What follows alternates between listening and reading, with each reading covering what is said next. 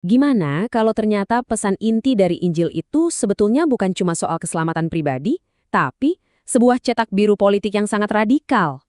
Hari ini, kita akan bedah sebuah argumen yang melihat Injil dari satu kacamata yang kuat, kedaulatan mutlak Tuhan. Oke, kita langsung masuk ke ide utamanya ya, mulkiyah Allah. Jadi gini, ini bukan sekedar konsep spiritual yang ngawang-ngawang. Ini adalah sebuah pernyataan kedaulatan. Teks ini pada dasarnya bilang kalau Tuhan itu satu-satunya raja dan pembuat hukum yang sah. Nggak ada yang lain. Titik.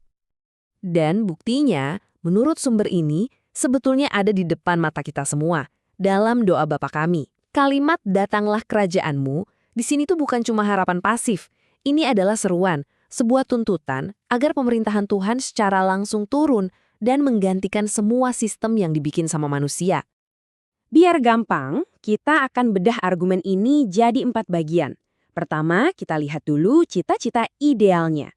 Kedua, kita bahas masalah yang ditimbulkan manusia. Ketiga, koreksi kenabian yang dibawa. Dan terakhir, kita lihat solusi pamungkas yang ditawarkan. Oke, kita mulai dari yang pertama, cita-cita ilahi. Jadi, dunia yang ideal menurut pandangan ini tuh kayak gimana sih? Nah, poin utamanya di sini itu soal bedanya kepemilikan sama pengelolaan. Coba pikirin deh, teks ini bilang manusia itu nggak punya bumi. Kita ini cuma dititipin buat ngelola. Nah, karena Tuhan satu-satunya pemilik, ya cuma dia yang punya hak buat bikin aturan mainnya. Masuk akal kan? Terus, kalau cita-citanya begitu, masalahnya di mana dong? Nah, disinilah kita masuk ke bagian kedua, yaitu kecenderungan manusia buat bikin otoritas tandingan untuk Tuhan.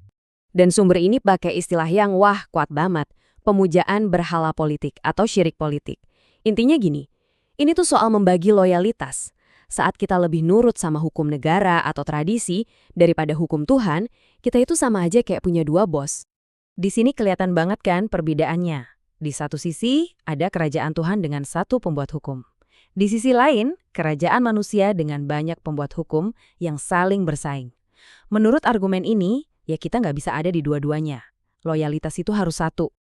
Dan argumen ini diperkuat sama kutipan dari Yesus sendiri loh. Dia mengkritik para pemimpin agama justru karena melakukan itu. Mereka membatalkan firman Tuhan cuma demi tradisi buatan mereka sendiri. Ini nih contoh paling pas dari apa yang disebut pemujaan berhala itu tadi. Oke, terus gimana peran Yesus di tengah semua ini? Nah, di bagian ketiga kita bakal lihat gimana misinya itu sering banget disalahpahami. Pasti sering dengarkan ayat ini. Ayat ini sering banget dipakai buat bilang kalau urusan agama dan negara itu harus pisah. Tapi pertanyaannya, apa benar itu maknanya? Nah, disinilah letak twistnya. Menurut sumber ini, ayat itu justru kebalikannya.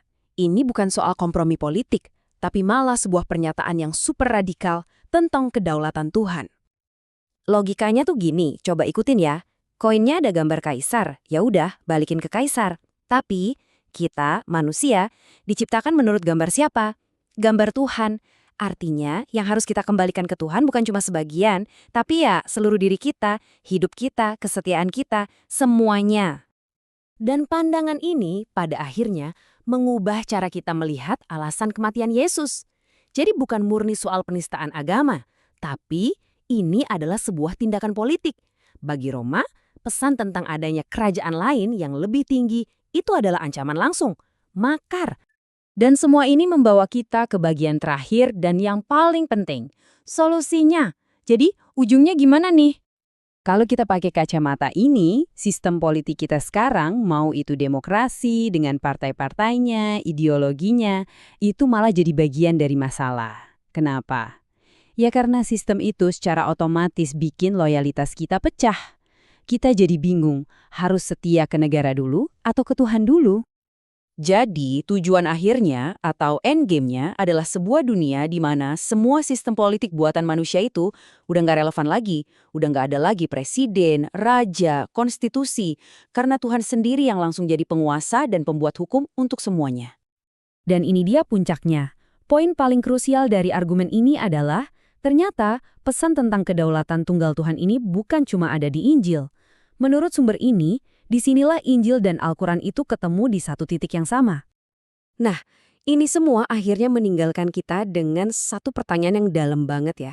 Kalau semua sistem politik di dunia ini pada dasarnya adalah saingan dari kerajaan Tuhan, terus loyalitas utama kita seharusnya kemana?